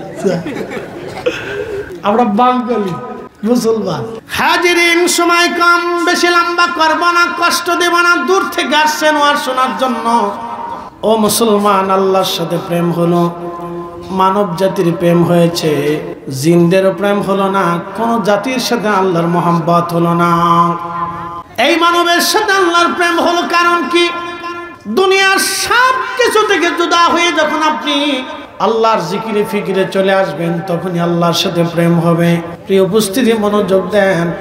আমার আলকাস ভাই বলছে, ভাইজান হযরত বেলালের ওয়াজটা একটু শোনায় যাবেন। আমি জানি এই ওয়াজ করতে করতে আমার জীবন শেষ হয়ে যাইতেছে। সারা দেশে যেখানে যাই হুজুর একটু বেলালের ওয়াজ করে। আচ্ছা কোন তো এই ওয়াজ মানুষ অনলাইনে শুনছে, সব মজলিসেতে এই ওয়াজটা ওঠে না। এটা ইশকের একটা আলোচনা। তারপরেও ইশকে রাসূল থেকে আপনারা বলে থাকেন, অনেক জায়গা সম্ভব হয় না, তারপরেও বলতে হবে আলকাস ভাই দাওয়াত দিছে, খুব মহব্বত করে, মায়া করে। আসলে সে একজন মহব্বতের মানুষ, আমার পীর ভাই। আল্লাহ কবুল করুক। তার হাত সুন্দর, কাজ সুন্দর, কাজ করে ভালো, সবার সাথে মিলেমিশে থাকে, এটাই সুন্দর। সবাইকে দিয়ে বা পৃথিবী, আমাকে দিয়ে শুধু পৃথিবী চলে না। কথা ঠিক আছে না ভাই? সবাইকে দুনিয়া সুন্দর হয়। বাগান সুন্দর করতে হলে সব ফুলের প্রয়োজন, সব ফুল দিয়ে দুনিয়া সুন্দর হয়। এই জন্য অলিদের, যারা অলি ছিলেন, তারা পৃথিবীর সবচেয়ে ব্রড মাইন্ডের অধিকারী ছিল। পৃথিবীতে আলেমদের মতানৈক্য দেখবেন, মুস্তাহাব নিয়ে, সুন্নত নিয়ে আলেমদের মতানৈক্য আছে, ফিকহি দৃষ্টিকোণ থেকে মতানৈক্য আছে, কিন্তু আউলিয়া কেরামদের ভিতরে আপনি কোনো মতানৈক্য পাবেন। খাজা আজমিরি যেরকম, কুতুবউদ্দিন কাকি রকম, মুজাদ্দিদ আল ফিসানি একই রকম, তারা এক সিলসিলার ছিল। অলি হওয়ার জন্য শর্ত একটা, আল্লাহর গোলামি, রসুলের গোলামি। কথা কোন ঠিক কিনা? আল্লাহ রসুলের গোলামি করে অলি হইতে। কথা ঠিক আছে না ভাই? এটা ব্যতীত অলি হওয়ার কোনো রাস্তা নাই, এক কথাই শেষ। প্রিয় উপস্থিতি, মনোযোগ দিবেন। ওই যে ভারতে মাঝে মধ্যে মুসলমানদেরকে মারে আর বলে কয় জয় শ্রীরাম বল। তো মুসলমান তো দুর্বল, আমি নিজে চোখে দেখে আসছি। আল্লাহু আকবার। ভারত আমাদেরকে মাঝে মধ্যে বোঝায় যে আমরা বলে দেশের সাম্প্রদায়িকতা সৃষ্টি করি, চোরের ঘরের চোর, আন্তর্জাতিক চোর কোথাকার। তাদের দেশে মুসলমানদেরকে যেইভাবে হত্যা করা হয়, মারা হয়, পিটানো হয়, এটা অমানবিক। পৃথিবীর কোথাও এরকম নাই। কি কথা কন না কেন? পৃথিবীর কোনো দেশে নাই, কোনো দেশে নাই, পৃথিবীর কোনো দেশে নেই। আপনি যদি ইউরোপে যান, ওটা কাট্টা খ্রিস্টান দেশ। আপনি ইটালিতে ঢুকবেন, যে কোনো মূল্যে যদি ঢুকতে পারেন, তা আপনার ওরা খাবার দিবে, বসতে দিবে, থাকতে দিবে, জায়গা দিবে। কি কথা কন না কেন? আপনি ইউরোপে চলে যান, ওরা যে কোনো ভাবে আপনি ঢুকে গেছেন, আপনার ওরা বের করে দিবে না। অথচ কাট্টা খ্রিস্টান, ওদের মেয়েরা হাফ প্যান্ট পরে রাস্তা দিয়ে ঘুরে, পুরুষরা হাফ প্যান্ট পরে ঘুরে। কার বাপ, কার মা, কার ফলা কেউ কইতে পারে না। বিয়ে শাদী হয় না, বিয়ে শাদী হওয়ার আগেই বাচ্চা কাচ্চা হয়, বয়ফ্রেন্ড গার্লফ্রেন্ড নিয়ে ঘুরে। আপনি চিন্তা করেন, তারা মানুষ ঢুকার সাথে সাথে মানুষকে খাইতে দিবে, নাস্তা দিবে, জায়গা দিবে, বাসস্থান দিবে, চিকিৎসা দিবে। আর আমি নিজের চোখে দেখেছি, গত বছর আসাম গুয়াহাটি থেকে আমার নামাইয়া হেরা নিতেছে এক মাহফিলে। বিশ্বাস করেন তো, নিতে নিতে নিতে নিতে ব্রহ্মপুত্র নদের সরের ভিতরে নামাইছে গাড়ি। তোদের ভারতের যে জিপ গাড়ির সামনে বসা আমি, ব্রহ্মপুত্র নদের সরে, আর সামনে যাই দেখালি ফানি। আমি বললাম যে কি ব্যাপার, আপনারা আমাকে চরে নিয়ে আসছেন কেন? তা আমার শরীরে পাড় মেরে উঠছে। তা আমি তো জানি যে আমাদের দেশে চর টর মানে ডাকাতি টোকাতি খুন খারাপি হয়। তা আমার আল্লাহর কসম, গাড়ির দরজা ধাক্কা দিয়ে আমি গাড়ির চলন্ত অবস্থায় লাফ দিয়ে নেমে গেছি। আমার যে আমাকে কোথায় নিয়ে যাচ্ছেন? এই চরের ভিতরে আমি একজন বিদেশি মানুষ। পরে ওরা গাড়ি থেকে নেমে এসে হাত পা জড়ে ধরে, হুজুর আল্লাহর রাস্তায় মাফ করবেন, আমরা গরিব মানুষ, আপনাকে দাওয়াত করছি, আমার চরের ভিতরে যেতে। আমি বললাম চর তো সামনে পানি, পানি নাই, ওই অদ্দূর গিরে পর্যন্ত পানি। পরে ভাই বিশ্বাস করেন, আমি তো নাসর বান্দা, আমি যাবোই না। আমি কেছি না, আমার সম্ভব, এই চরের ভিতরে কোথায় মাহফিল হইব? আপনারা আমার নদীর ভিতরে লয়ে যেতেছেন, আমার মেরে টেরে ফেলবেন কিনা, না কেউ তার থেকে লয়ে গেছেন। কি অবস্থা, হাই হাই রে! বিশ্বাস করেন, আমার শরীর টরীর যারাই অবস্থা খুব কাহিনী। আমি বললাম যে সর্বনাশ, কোথায় লয়ে আসছেন আপনারা আমাকে? গত বছর জানুয়ারিতে। এরপরে আসার পরে আমি যে অসুস্থ হয়ে পড়ছি, পরে আমার লয়ে গেছে গা ভাই। বিশ্বাস করেন, চরের ভিতরে, ব্রহ্মপুত্র নদীর চর, তো চরের ভিতরে নিয়ে যাওয়ার পরে ওরা আরো লোকজন মোটরসাইকেল টাইকেল নিয়ে আসছে। পরে আমি বলছি তাহলে ঠিক আছে। এবার পরে চরের ভিতরে নিয়ে গেছে, রাত্রি মাহফিল করছি। দেওবন্দি আলেমুলামা আসছে, দেওবন্দ থেকে ফারেক অনেক আলেমুলামা আসছে। তারা বললো যে হুজুর, আমরা মিলাদ কি আপনি এগুলি নিয়ে আমরা ঝগড়া টগড়া করি না, আমরা নিজেরাই বাঁচি না। হ্যাঁ, বিশ্বাস করেন, সেই দিন থেকে আমি নিজেকে পরিবর্তন করছি। না, ঝগড়া করার সুযোগ নেই এখন, আর ঝগড়া করার কোনো সুযোগ। বললো যে হুজুর, আপনার যা খুশি মিলাদ পড়েন না পড়েন সেটা আপনার ইচ্ছা, আমরা এগুলো নিয়ে ঝগড়া করি। আল্লাহর কসম করে বলি, সকালবেলা ফজরের নামাজ পড়ার পরে আমি বের হয়ে আসতেছি, তো গরিব মানুষ 20 টাকা, 5 টাকা, 10 টাকার নোট, ভারতীয় টাকা হাতে করে নিয়ে দাঁড়ায় দিচ্ছে রাস্তার পাশে। এসে বলতেছে হুজুর দোয়া করে। তাদের ঘর বাড়িগুলি দেখে আমার গা শিহরে উঠল। আমি বললাম যে আপনাদের করুণ অবস্থা কেন, এত দরিদ্রতা কেন? তো একটা লোক কেঁদে দিয়ে বললো যে হুজুর, আমাদেরকে আইডি কার্ড দেয়, সরকারি কোনো সুযোগ সুবিধা দেয়, কোনো চাকরি হয় না, আমরা ভালো কোনো ব্যবসা, আমরা এই চরের ভিতরে কৃষি কাজ করে আমাদের জীবন। আমার গা শিহরে উঠলো। আল্লাহর কসম করে বলে আমার চোখ দিয়ে পানি এসে গেল। আমি বললাম যে সর্বনাশ, আপনারা এত দূর থেকে আমাকে দাওয়াত করে আনছেন। হুজুর, প্রতিদিন আপনারও আসছেন, মহাব্বত করে নিয়ে আসছে। আমি বলছি যদি কোনোদিন আবার ইন্ডিয়াতে আসি, তাহলে আপনাদের মাহফিল ফ্রি করে 1 টাকাও নেব। বললো যে হুজুর দোয়া করবেন, আমরা খুব কষ্টের মধ্যে আছি। আমি সেই দিন দেখার পরে বুঝছি যে মুসলমানদেরকে তারা কিভাবে নির্যাতন, আমি নিজের চোখে দেখে আসছি। আপনি তো আইডি কার্ড, আমাদের দেশের হিন্দুরা তো আমাদের মায়ের কোলের ভিতরে থাকে। আপনি কোম্পানিগঞ্জে যে টোকের বাজারে যা কোনো হিন্দুর দোকান আক্রমণ করতে পারবেন? আমরা করতে দেব? কি কথা কর না কেন, করতে দেব? অবশ্যই না, অবশ্যই না। এই মোদী সরকার মুসলমানদেরকে কার্ড দেয় না, আইডি কার্ড দেয় না। আসামে আমি নিজে চোখে দেখে আসছি, আমার গা শিহরে উঠছে। বাবাজি, আস্তে আস্তে আমি আসার সময় খুব কষ্ট করে আসছে। বললাম যাহা, কত কষ্ট আমার ভাইদের। শুধু অপরাধ মুসলমান, তারা আর কোন অপরাধ, শুধু মুসলিম, এই জন্য তাদের অপরাধ, আর কোন অপরাধ, শুধু তার অপরাধ, শুধু তারা মুসলমান। আমি নিজের চোখে তাদের করুণ অবস্থা দেখে আসছি। আমি বিমানবন্দর আসা পর্যন্ত কাঁদছি বেশি বেশি। আহা, তাদের দারিদ্রতা দেখলে আপনি কষ্ট পাবেন যে মানুষ এত দরিদ্র হইতে পারে। তাদের চেহারা দেখলে বুঝতে পারেন যে মানুষ এত দরিদ্র হইতে পারে। আমি নিজের চোখে দেখে আসছি। শুধু অপরাধ, তারা মুসলমান। পৃথিবীর অন্য কোনো দেশে এরকম, আল্লাহর পর আমাদের পার্শ্ববর্তী দেশে এরকম অবস্থা, এরকম চলতেছে। প্রিয় উপস্থিতি, আল্লাহ আমাদেরকে সঠিক বুঝ দান করুন, বলেন আমিন। একসাথে বলেন আমিন। পৃথিবীর যেখানে যেই মানব জাতি নির্যাতিত হোক, আমরা কারো পক্ষে না, আমরা জালেমের বিরুদ্ধে। কথা বলে ঠিক কিনা? আমাদের দেশে আমাদের কোনো হিন্দুরা কষ্ট পাক, এটা আমরা চাই না। কথা ঠিক আছে না ভাই? ওরা আমাদের প্রতিবেশী, তারা আমাদের কি প্রতিবেশী, তারা আমাদের দেশের সন্তান। ওরা কষ্ট পাক, এটা আমরা চাই না। আমাদের দেশে হিন্দুরা কষ্ট পাক, এটা আমরা চাই না। তারা আমাদের প্রতিবেশী, তারা আমাদের সাথে ব্যবসা করে, তারা আমাদের একই স্থানে থাকে, একই গ্রামে বসবাস করে, এটা চাই না। শোনেন, ক্ষুধার কোনো ধর্ম নাই। আমার ক্ষুধা যেরকম, হিন্দুর ক্ষুধা একই রকম। আমার বেদনা যেরকম, হিন্দুর বেদনা একই রকম, আমার কষ্ট যেমন হিন্দুর কষ্ট একই রকম, আমার স্বজন হারাইলে যেমন ব্যথা লাগে হিন্দুর স্বজন হারাইলে একই রকম ব্যথা লাগে। আমি ক্ষুধার্ত থাকলে যেমন আমার কষ্ট হয়, আমার হিন্দু ক্ষুধার্ত থাকলে একই রকম কষ্ট পাবে। আমার সন্তান না খেয়ে থাকলে যেমন আমার ব্যথা লাগবে, হিন্দুর সন্তান না খেয়ে থাকলে একই রকম ব্যথা লাগবে। সবার ব্যথা একই রকম, যন্ত্রণা একই রকম। যন্ত্রণার কোনো ধর্ম নাই, ব্যথার কোনো ধর্ম নাই, ক্ষুধার কোনো ধর্ম নাই, রক্তের কোনো ধর্ম নাই। আমার রক্ত যেমন হিন্দুর রক্ত তেমন, এটাও লাল এটাও লাল। প্রিয় উপস্থিতি, যুগে যুগে দেশে দেশে মুসলমান বহু নির্যাতিত হয়েছে। আজকে যদি আপনি ফিলিস্তিনের দিকে তাকান তাহলে দেখবেন রক্তের পর রক্ত চলে যাচ্ছে। পৃথিবীর বিবেকগুলি আজকে নীরব হয়ে বসে আছে। যারা পৃথিবীর মোড়ল তারা ইসরায়েলকে অস্ত্র দিয়ে মুসলমানদেরকে দিনের পর দিন হত্যা করা হচ্ছে। মায়ের কোল থেকে সন্তান কেড়ে নিচ্ছে, সন্তানের কোল থেকে মাকে কেড়ে নিচ্ছে। তাদের প্রতিদিনের কান্নার আওয়াজ আসলে আমাদের কলিজাগুলি ভারী হয়, প্রতিদিনের কান্নার আওয়াজ আসলে আমাদের কলিজা ভারী হয়। রোহিঙ্গা যখন মরল, হাজার হাজার লক্ষ লক্ষ রোহিঙ্গাদেরকে হত্যা করা হয়েছে, জবাই করা হয়েছে। আমার রোহিঙ্গা মা বোনদের, নারী বোনদের ইজ্জতগুলি প্রকাশ্যে লুণ্ঠন করে তারা আনন্দ উল্লাস করেছে। এই দৃশ্যগুলি যদি আপনারা দেখতেন তাহলে আপনাদের রক্তগুলি টকবক করে উঠত। ফিলিস্তিনিদের কান্না যদি আপনি বুঝতেন তাহলে আপনার রক্ত টকবক করে উঠত। পৃথিবীর সব মানুষ নিরাপদে থাকুক, পৃথিবীর সব জালিমের কোনো ধর্ম নাই। জালিম তো জালিম, জালিমের কোনো ধর্ম নাই। কথা বলেন ঠিক না বেটা? সব কোন জালিমের ধর্ম নাই, সে জালিম তো জালিম। প্রিয় উপস্থিতি আমার, আল্লাহ আমাদেরকে এগুলো বুঝার তৌফিক দিক। সকলে বলে না আমিন। প্রিয় উপস্থিতি, আল্লাহর নবী সাহাবীরা শুধু কালেমা পড়ার কারণে, সাহাবীদেরকে সেই দিন মারা হয়েছিল, পিটানো হয়েছিল। হযরত বেলাল রাদিয়াল্লাহু আনহুকে মারা হয়েছিল। আমি এবছর হজে ছিলাম, প্রচন্ড গরমে হিট স্ট্রোকে আমার চোখের সামনে দুই হাজী মৃত্যুবরণ করলো আমার চোখের সামনে।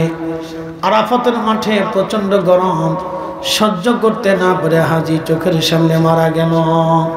বন্ধু প্রচন্ড গরমে মরুভূমির ভিতরে নিয়ে আশিক রাসূল হযরত বেলালকে হাত পা গুড়ি বেঁধে বুকের উপরে পাথর চাপা দিয়ে কাফেররা চলে যাইতো।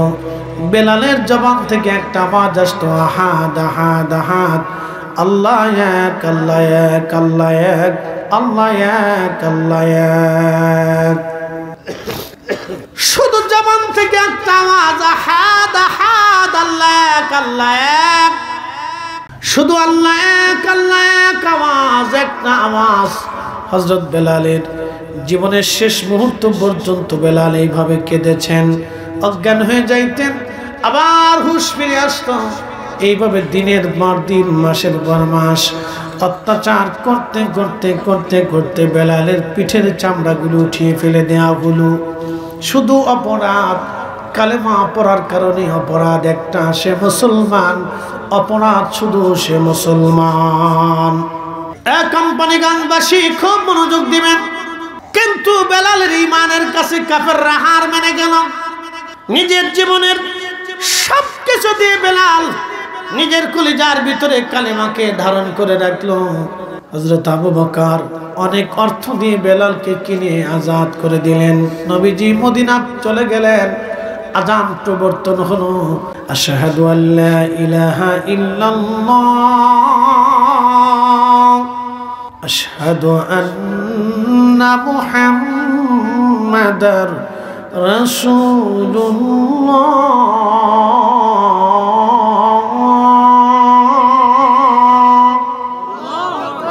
আযানের প্রবর্তন হয়ে গেল, আযান এসে গেল। প্রিয় নবী বললেন, বেলাল তুমি আযান দাও। এখনো মসজিদে নববীতে বেলালের সেই আজানের জায়গাটা এখনো নির্বাচিত আছে। একটা ছোট্ট ছাদের মতো করে, এই যে আপনারা দেখেন স্টেজের উপরে যেমন একটা ছাদ, এমন একটা ছাদ এখনো আছে বেলালের আজানের জায়গা। ওই জায়গার উপরে মদিনার মুয়াজ্জিনরা এখনো আজান দেয়।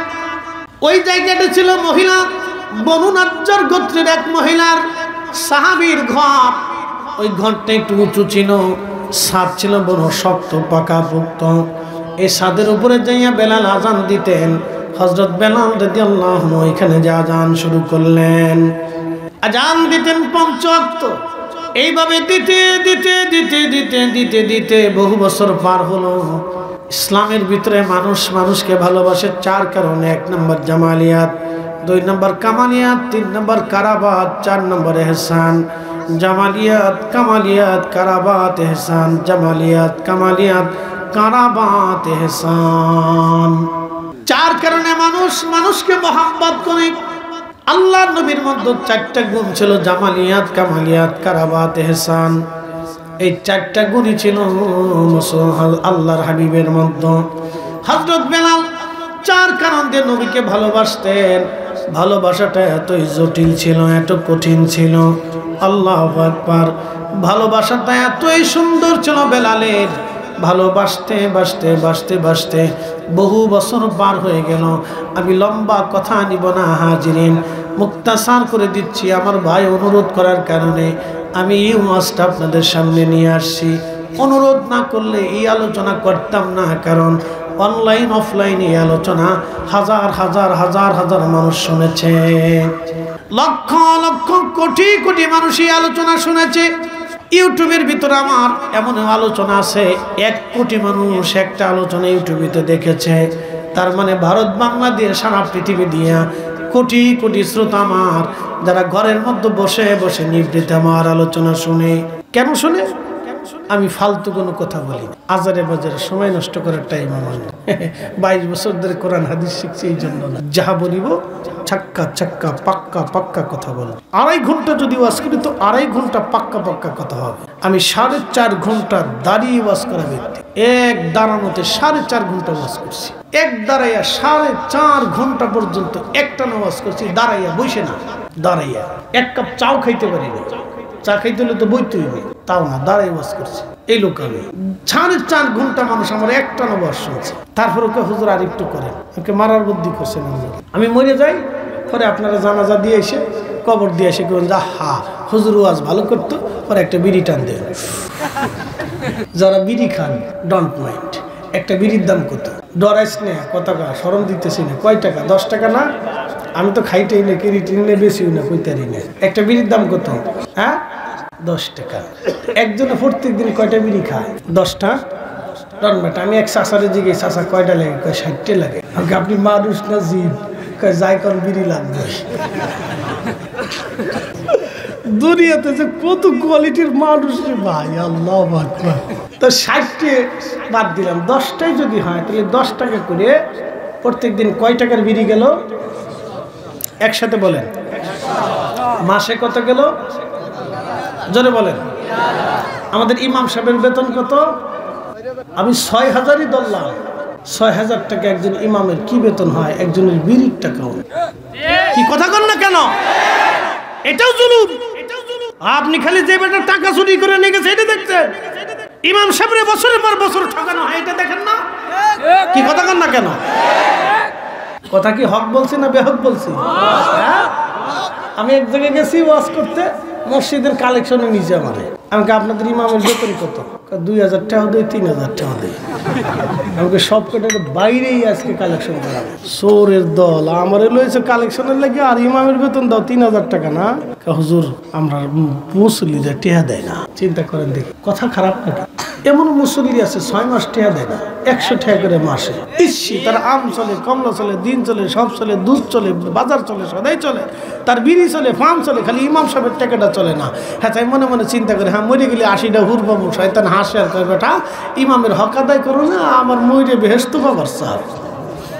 কি কথা কন না কে? কথা ক্লিয়ার, আমার কাছে কোনো ভেজাল টেজাল নেই। ইমামের বেতন 6000 টাকা। 6000 টাকা কি হয়? কি কথা কন না কে? 6000 টাকা কি হয় একজন মানুষের? তার পরিবার আছে না, তার স্ত্রী আছে না, তার স্ত্রী আমাদের বোন না, তার সন্তান, মেয়ের সন্তানটা আমাদের সন্তানের মতো না, তার সন্তানের আশা আছে না, তার স্ত্রী হিসেবে আমার ওই বোনের কি আশা থাকে না স্বামীর কাছ থেকে কিছু পাবে? তো 6000 টাকা একজন ইমামের কি হয়? মানুষের তো বোঝা উচিত। এটা তো নীরব জুলুম, অন্যায় বলি অন্যায়, এটা তো নীরব জুলুম। প্রিয় উপস্থিতি বন্ধু আমার, আপনাদেরকে অনুরোধ করব, ইমাম সাহেবের বেতন বাবদ 100 টাকা ধরলে এটা দিয়ে দিবেন বাবা আমার, ফলে আর 100 টাকা বাড়াই দিবেন। 500 টাকা ধরলে 500 টাকা দিয়ে দিবেন ভাই আমার। আপনার আল্লাহর ঘর। আমি ভুটান গেছি, ভুটান। এই শোনেন, উঠবেন না, ফেসাবের দলে কেঞ্চি দিয়ে বইতে লাড়াচাড়া দিয়েন না, লাড়াচাড়া দিলেই বিপদ। সবসময় এমনি টাইটে বয়ে তাই। আমার একদিন মনে আছে জিনেদার থেকে বাসে উঠছি, মাহফিলে যাব রংপুর। তো জিনেদার থেকে বাসে ওঠার পরে কিছু দূর যাওয়ার পরে তো আমারে নিম্ন চাপে ধরছে। তো নিম্ন চাপে যখন ধরছে তখন আমি হেল্পারে কই, ভাইরে আমার তো নিম্ন চাপে ধরছে, তোরা একটা পাম্পুম দিকে দাঁড়ায় আমার একটু ব্যবস্থা কর। হুজুর এই আরেক দূর, এই আদুরকে কুষ্টিয়া লয়ে গেছে। কুষ্টিয়ার থেকে গেলাম যে ভাইরে একটু দাঁড়া, আমি একটু কাম সাইডে আসি। হুজুর এই এখন দাঁড়াইলে যাত্রীরা হইচই করবে না, আরো দূর ওই সামনে সামনে নিয়েও চলে গেছে গা ওই লালন সেতুতে। এখন আর একটু দাঁড়া, কেন হুজুর আরেক দূর। এই দূর করতে করতে করতে করতে নাটোরে লয়ে গেছে গা। আমি কি ওরে শয়তান কোথা, কেন আমার জান শেষ করে ফেলছি আজকে। আমি ওই দিনে চিন্তা করছি, আল্লাহ আমার যদি একটা গাড়ি থাকতো তাহলে আজকে কি আর আমি বাথরুমটা করতে পারলাম। বুঝতে পারছেন কি জ্বালার জ্বালা। শোনেন, আপনাদেরকে অনুরোধ করব, আপনারা এই হকটা আদায় করবেন। বন্ধু আমার, মানুষের অর্থবিত্ত অনেক থাকে, সব কিছু রেখে আমরা কবরে চলে যাব। ইমাম সাহেবরা ঠগায়েন না, আল্লাহ কবুল করুক বলে না আমিন। ভুটান গেছি, ভুটানে যায় দিছি, ভুটানের জাতীয় বৌদ্ধ মন্দির পাহাড়ের কান্নিশে কেটে কেটে সুন্দর করে একটা মন্দির সাজিয়েছে তারা। দুনিয়ার চাকচিক্যে সুন্দর, আমি প্রশংসা করতেছি না, যদি এটা শিরিকের রাস্তা না, কেন প্রশংসা করার কোনো সুযোগ নেই, তাই জন্য বলা যাবে না। তারপরও দুনিয়ার চাকচিক্যে স্বর্ণ দিয়ে নির্মাণ করছে। তা আমি ভিতরে ঢোকার পরে দেখি 2 সিরিয়ালে বৌদ্ধের সামনে তারা ত্রিপিটক পাঠ করতেছে, আর একজন বাঁশি বাজাইতেছে আর ত্রিপিটক পাঠ করতেছে সুরে সুরে সুরে সুরে সুরে সুরে। তা আমি যখন ঢুকছি তো বড় বৌদ্ধ ভিক্ষু যেটা, হ্যাঁ তাই আগরবাতি দিয়ে বৌদ্ধের সামনে এমনি এমনি কেমনি কিতা করতেছে। আমি ঢুকার পরে আমার দেহে এমনি কয় ঠিক আছে। তা আমি চিন্তা করলাম যে হ্যাঁ তাই বুড়াটা দেখাইছে, আমি তার জোয়ানটা দেখে লাভ নেই, আমি হয়তো ঠিক আছে ঠিক আছে। তো ঢুকলাম, ঢুকার পরে এই দেখলাম, পর্যবেক্ষণ করে দেখলাম যে তাদের কারুকার্য অনেক সুন্দর। তারা কোটি কোটি টাকা খরচা করছে একটা মন্দিরের জন্য। আর আমরা মুসলমান বেহেশতের আশা করে, কিন্তু মসজিদে টাকা দেয় সিরা না। কি কথা কর না কেন? সিরা টাকা দিয়ে আবার আল্লাহ মাফ করে দিও। শয়তানে হাসে কয়, বাপরে বাপ, তুই দিয়ে আমার তো বড় সিটা। হ্যাঁ, শয়তানে হাসে কয়, বাপরে বাপ, তুই দিয়ে আমার তো বড় সিটা। আমি যা চিন্তা করি না, তুই চাচ্ছিস বেশি করছিস, সিরাটা দিয়ে কেমনে মাপ চাইস তুই? হ্যাঁ, এখন আমারে আলকাস ভাই নিয়ে আইসে মাহফিল, ওয়াজ নসিহত করার পরে আমারে যদি কিছু না দেয়, যদি কে ভাই মাফ করে দিয়ে, তাহলে কত কেমনটা লাগবে না? আমার গাড়ি খরচা টরচা আছে, পরিশ্রম আছে না। আর যদি কে ভাই মাফ সাফ করে দেন, কিছু দিতে পারতাম না ভাই, মাফ করে দেন ভাই, তখন কেমন লাগবে? আপনি আল্লাহর সিরা টাকা দিয়ে আপনি আল্লাহর কাছে মাফ চান, তার মানেটা কি? আল্লাহ খুশি হইব নাকি? বুঝতে প্রিয় উপস্থিতি, খুব মনোযোগ দিবেন।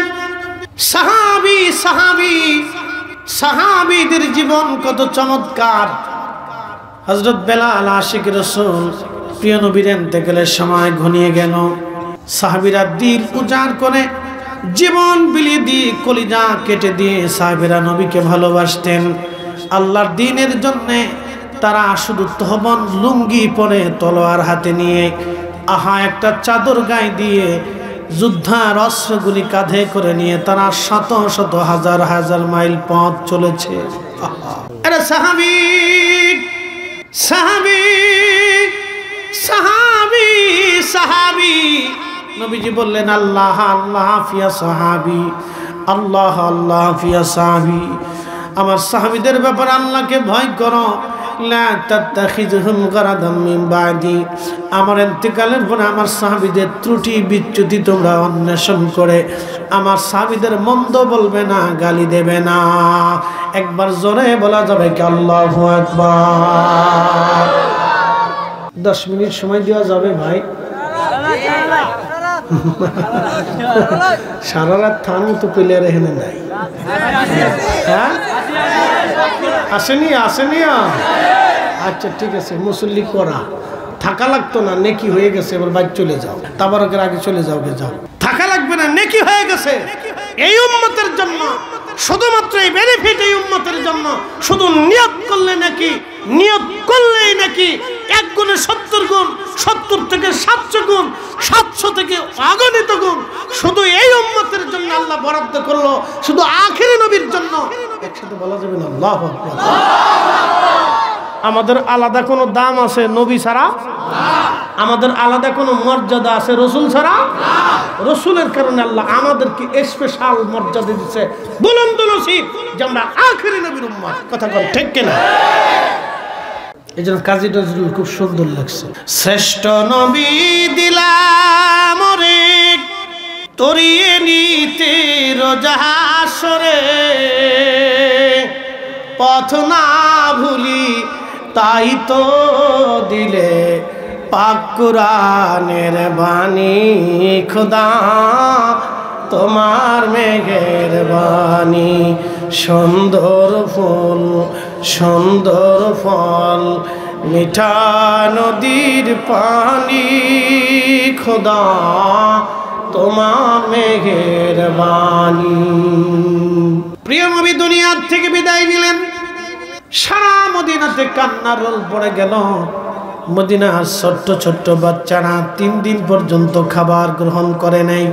মদিনার কারো চুলায় 3 দিন পর্যন্ত আগুন জ্বলে নাই। দুধের বাচ্চাগুলি দুধ খাওয়া বন্ধ করে দিল। রসুল নাই, নবী নাই। আল্লাহর হাবিবের একটা উট ছিল, উটের নাম কাসওয়া। এই কাসওয়া উটটা 3 দিন পর্যন্ত খাওয়া দাওয়া পানি পান করা বন্ধ করে দিল। শুধু 3 দিন পর্যন্ত কাসওয়া কাঁদত, 3 দিন পর্যন্ত কেঁদেছিল। 3 দিন পরে সে একটা কুয়ার মধ্যে ঝাঁপিয়ে পড়ে আত্মাহুতি দিল। বিরহ বেদনা একটা উট প্রাণী পর্যন্ত সহ্য করতে পারে নাই।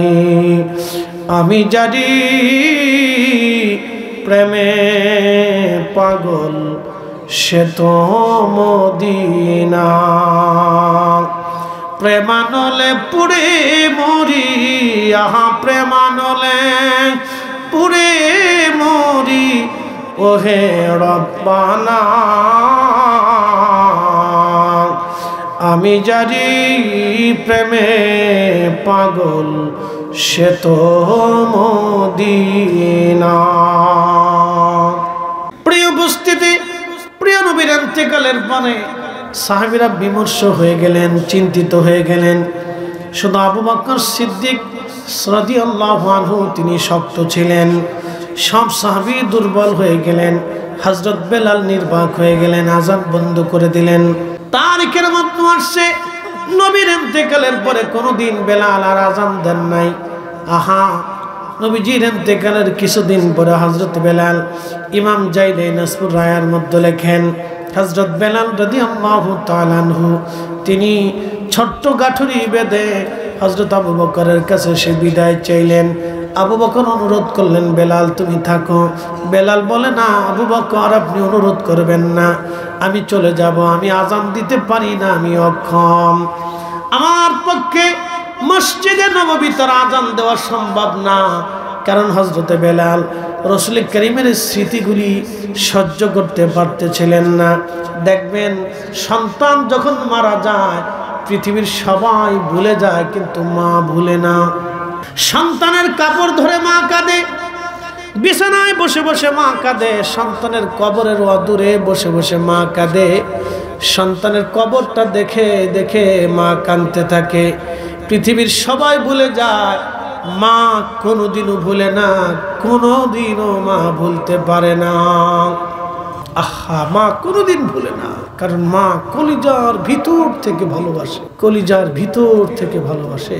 দেখবেন একটা কুকুর তার বাচ্চাটাও মারা গেলে কুকুরটা পাগলের মতো খালি কান্নাকাটি করে। এই দয়াটা আল্লাহ সৃষ্টি করে দিচ্ছে, আল্লাহ সৃষ্টি করে দিচ্ছে। পৃথিবীর সব মানুষ ভুলে গেলেও মাটা ভুলতে পারে না, কারণ মা কলিজার ভিতর থেকে ভালোবাসে। রাসূল করিম বলেন, উম্মত তোমরা কলিজার ভিতর থেকে আমাকে ভালোবাসবে, নতুবা লা ইউমিন, তুমি ঈমানদার হবে না। হাত্তা কুনা হাব্বা ইলাইহি মিন ওয়ালিদিহি ওয়া ওয়ালাদিহি ওয়ান নাসি আজমাইন। দুনিয়ার সব কিছুর চাইতে, তোমার জীবনের চাইতে তুমি সন্তানকে তোমার কলিজার ভিতর থেকে ভালোবাসো, তার চাইতে আমি রাসূলকে বেশি ভালোবাসতেই হবে। না বাসলে লা ইউমিন, লা ইউমিন, লা ইউমিন, তুমি ঈমানের স্বাদ পেতে পারবে না। ঈমানকে জিনিস তুমি বুঝবে না, আমাকে ভালোবাসতেই হবে। একসাথে বলা যাবে না আল্লাহু আকবার। তো চলে গেলেন সিরিয়া থেকে দামেস্কে। গভীর রাত ঘুমিয়ে আছেন, ইমাম তাকিউদ্দিন সুবকি শিফাউস সাকামের মধ্যে লেখেন, স্বপ্নের ঘরে দেখতেছেন আল্লাহর হাবিব তশরিফ আনছে। প্রিয় নবী তশরিফ এনে বলতেছে, বেলাল তুমি আমার সাথে কেন জুলুম শুরু করছো? কতটুকুন ভালোবাসা থাকলে আল্লাহর নবী একজন সাহাবীকে ডাকে, বেলাল কেমন জুলুম তুমি শুরু করছো আমার সাথে? কতদিন হলো তুমি আমার জিয়ারতে আসো না? বেলাল আসো, আমার জিয়ারতে তুমি আসো বেলাল। ঘুম ভেঙে গেল, নবীর পাগল হযরত বেলাল রওনা হয়ে গেলেন। সুদূর সিরিয়ার দামেস্ক থেকে হেঁটে হেঁটে বাহনে চড়ে চড়ে বহু পথ অতিক্রম করে বেলাল ফিরে আসলেন। বহু পথ অতিক্রম করে ফিরে আসলেন। রওজা শরীফ তখন কাঠের জানি দিয়ে ঘিরে রাখা ছিল। রওজার পাশে বসে গেলেন। ইমাম সুবকি শিফাউস সাকামে লেখেন, হযরত বেলাল ওই কাঠের গ্রিলের সঙ্গে, অর্থাৎ ওই যে জালির সঙ্গে মাথা ঠেকায়া দিয়ে বেলাল কাঁদতেছিলেন গুনগুন করে। হুজুর গোলামকে আসতে বলেছিলেন, গোলাম আপনার কদম মুবারকে হাজির হয়ে গেছে। আপনি আসতে বলেছেন ইয়া রাসূলুল্লাহ, আমি আসছি। গোলামকে স্বপ্নে আসতে বলেছিলেন, আমি আপনার কদম মুবারকে আসছি। নতুন মুয়াজ্জিন এসে দেখলো রাসূলের মুয়াজ্জিন বসে বসে কাঁদে। তখনই বললেন সাহাবীরা, নতুন মুয়াজ্জিন আসছে, নবীর মুয়াজ্জিন বেলাল ফিরে আসছে। সব সাহাবী ঘর থেকে বের হয়ে দৌড়ে আসছে। এসে দেখে নবীর মুয়াজ্জিনে রাসূল হযরত বেলাল বসে বসে কান্না করে। সাহাবীরা ভিড় করলেন, দামি দামি সাহাবীরা বলল, বেলাল তুমি কতদিন মসজিদে নববীতে আযান দেও না? রাসূলের সেই স্মৃতি বিজড়িত জায়গা, তুমি দাঁড়াও, একটা বার আজকে আযান শোনায় যাও। সাহাবীরা অনুরোধ করার পরও বেলাল বলে, না হে সাহাবীরা, আমার পক্ষে সম্ভব না, আমি পারবো না। সাহাবীরা রে, নবীজির ইন্তেকালের পরে আমি কখনো আযান দেই নাই, আমার পক্ষে আর সম্ভব না, আমাকে অনুরোধ করো না, আমি পারবো না। আযান দিলে নবী আসতো, এখন আযান দিলে বলো কে আমার আযানে নামাজ পড়াইতে আসবে বলো, আমার দ্বারা সম্ভব না। সাহাবীরা বললেন, হাসান হুসেনকে ডেকে আনা হোক। ইমাম হাসান হুসেন কানা হলো, তখনও তারা বালক, দেখতে রসুলের মতো দেখা যাইতো। নানার চেহারা পাইছিলেন দুইজন। হযরত ইমাম হাসান হুসেন রাদিয়াল্লাহু আনহুমা যখন আসছে রওজা শরীফ থেকে উঠে, আশিকে রসুল হযরত বেলাল ইমাম হাসানের বুকের মধ্যে মাথা টেকায় কান্দে, আবার ইমাম হুসাইনকে জড়িয়ে ধরে কান্দে। নবীর মুয়াজ্জিন কান্দে রে। সমস্ত নীরবতা ভেঙ্গে হযরত ইমাম হাসান ডাক দে বলল, নানার মুয়াজ্জিন, তুমি আমরা আযান শোনাও, যে আযান আমার নানারে শোনাইতে ওই আযান আমরা শোনাও। আশিক রাসূল সেই ছাদের উপরে দাঁড়িয়ে গেলেন। ছাদের উপরে দাঁড়িয়ে আযান শুরু করলেন, আল্লাহু আকবার, আল্লাহু আকবার। আযানের সুমধুর সুর সারা মদিনাতে রন্দে রন্দে ছড়িয়ে গেল। ঘর থেকে সাহাবীরা বের হয়ে দৌড় মারছে, ঘর থেকে সাহাবীরা বের হয়ে দৌড় মারছে। আশহাদু আল্লা ইলাহা ইল্লাল্লাহ,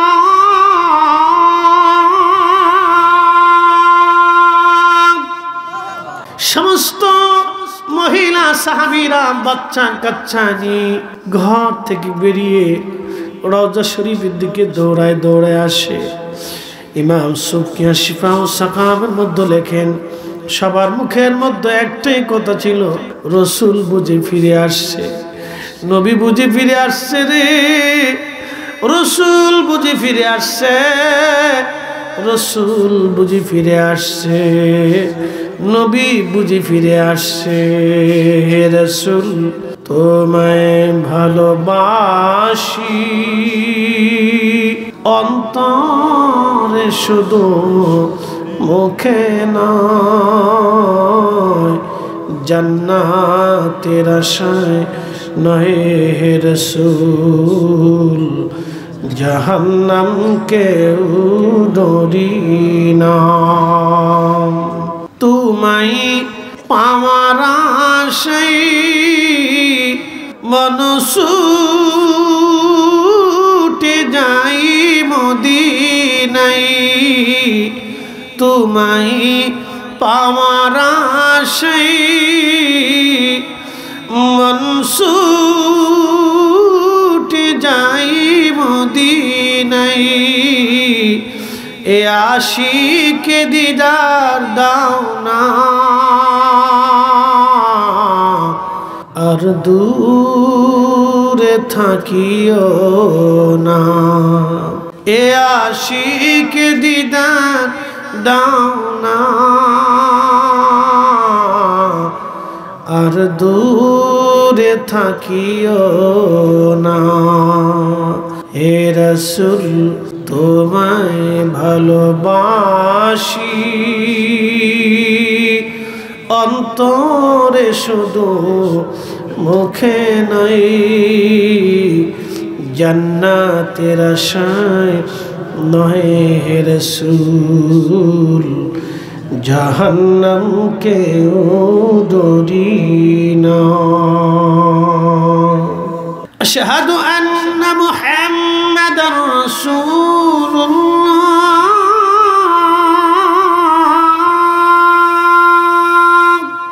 আজান যখন দিলেন ইমাম তাকিউদ্দিন সুবকি আশ-শিফা ওয়াস সাকামের মধ্যে তিনি লেখেন মদিনার মাটি থরথর থরথর করে কেঁপে উঠেছে চিৎকার মেরে জোরে বলেন আল্লাহু আকবার মদিনার মাটি থরথর করে কেঁপে উঠলো মদিনার মাটি কেঁপে উঠলো হযরত বেলাল অজ্ঞান হয়ে গেলেন আপনি বুঝতে পারতেছেন পৃথিবীতে এক আজানে পৃথিবীর মাটি কেঁপেছিল আর কোনোদিন কখনো কারো আজানে মাটি কাঁপবে না কখনো কোনোদিন কাঁপে নাই তিনি আশিক রাসূল হযরত বেলাল পৃথিবীর মাটি কেঁপে উঠেছিল সেই দিন বুঝতেই পারতেছেন তাহলে সাহাবীদের হৃদয়ের হালত কেমন হয়েছিল সারা মদিনাতে সাহাবীরা যে যেখানে ছিল সেখান থেকে বসে পড়ে কান্না করতেছিলেন আহা ছোট ছোট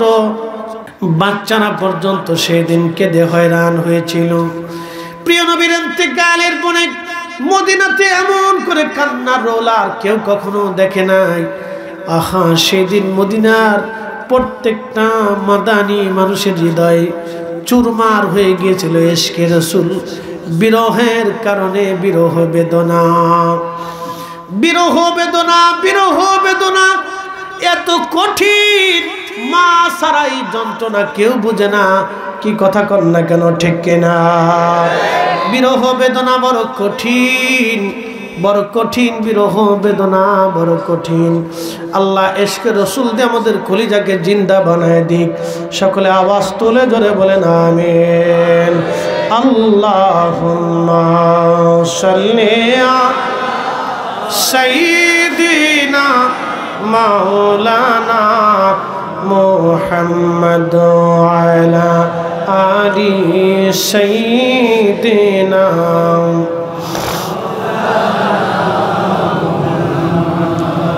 আলোচনা রীতি শেষ পর্যায়ে নিয়ে আসছি ওয়া আনফিকু মিম্মা রাযাকনাকুম মিন ক্বাবলি আইয়াতি হাদাকুমুল মাউত রব্বি করিম কোরআনে ফরমান হে বান্দা তোমাকে রিজিক দিয়েছি একটা মাছ থেকে লক্ষ লক্ষ মাছ আল্লাহ তৈরি করে একটা আম গাছ থেকে আল্লাহ 20 বছর ধরে আম খাওয়া 2 কেজি ধান ছিটাইলে 25 মণ ধান আল্লাহ দেয় আমাদের প্রত্যেকের রিজিক দিন দুনিয়ার দৌলত যা আছে সব আল্লাহর দেওয়া আপনি ইচ্ছা করলে কোটি টাকার মালিক হতে পারবেন না ইচ্ছা করলে অনেক রিজিক খেতে পারবেন না ইচ্ছা করলে সম্মানিত হতে পারবেন না আল্লাহ দয়া করে আপনাকে দিয়েছেন আল্লাহ বলেন বান্দা আমি তোমাকে দয়া করে দিয়েছি তুমি বান্দা তোমার রিজিক থেকে আমি আল্লাহর পথে তুমি ব্যয় করো মিন ক্বাবলি আইয়াতি আহাদাকুমুল মাউত মৃত্যু আসার আগে দাও মরণ আসার আগে দাও মরণ আসার আগে দিয়ে দাও মরণ আসার আগে দিয়ে দাও মৃত্যু আসার আগে দিয়ে দাও বলেন রাসূল করিম সাল্লাল্লাহু আলাইহি ওয়াসাল্লাম বলেছেন উম্মাহ তুমি যেটা খাও এটা তোমার তুমি যেটা পরনে পরো এটা তোমার তুমি যেটা আল্লাহ রাস্তায় দান করো এটা তোমার, বাদ বাকি যাহা দুনিয়াতে রেখে যাবে তাহা আর তোমার না, এটা তোমার সন্তান ওয়ারিশটা ভাগ বন্টন করে নিয়ে যাবে, এখানে আর তোমার কোনো অধিকার নাই। দম ফুরাইলে সম্পদের আর কোনো অধিকার নাই। তুমি যেটা খাও তোমার, তুমি যেটা পরনে পরো এটা তোমার, তুমি যেটা আল্লাহ রাস্তায় দান করে এটা তোমার, বাদ বাকি যা থাকবে এটা তোমার না, কিচ্ছু তোমার নাই। প্রিয় উপস্থিতি, এখানে আমাদের একটা মহিলা মাদ্রাসা আছে, মেয়েরা কোরআন হাদিস পড়ে, ওরা আলেমা হবে। যতদিন আলেমা হবে, আমাদের সন্তানরা যখন আলেমা হবে, আমাদের মেয়েরা যখন আলেমা হবে, তখন আলেমার পেট থেকে আল্লাহ আলেম তৈরি করবে। আল্লাহ কোরআনের হাফেজ আর পেট থেকে আল্লাহ হাফেজ তৈরি করবে। আলেমা ওরা আলেম হবে। এখানে একটা মহিলা মাদ্রাসা আছে। আমি মাদ্রাসার জন্য আপনাদের কাছে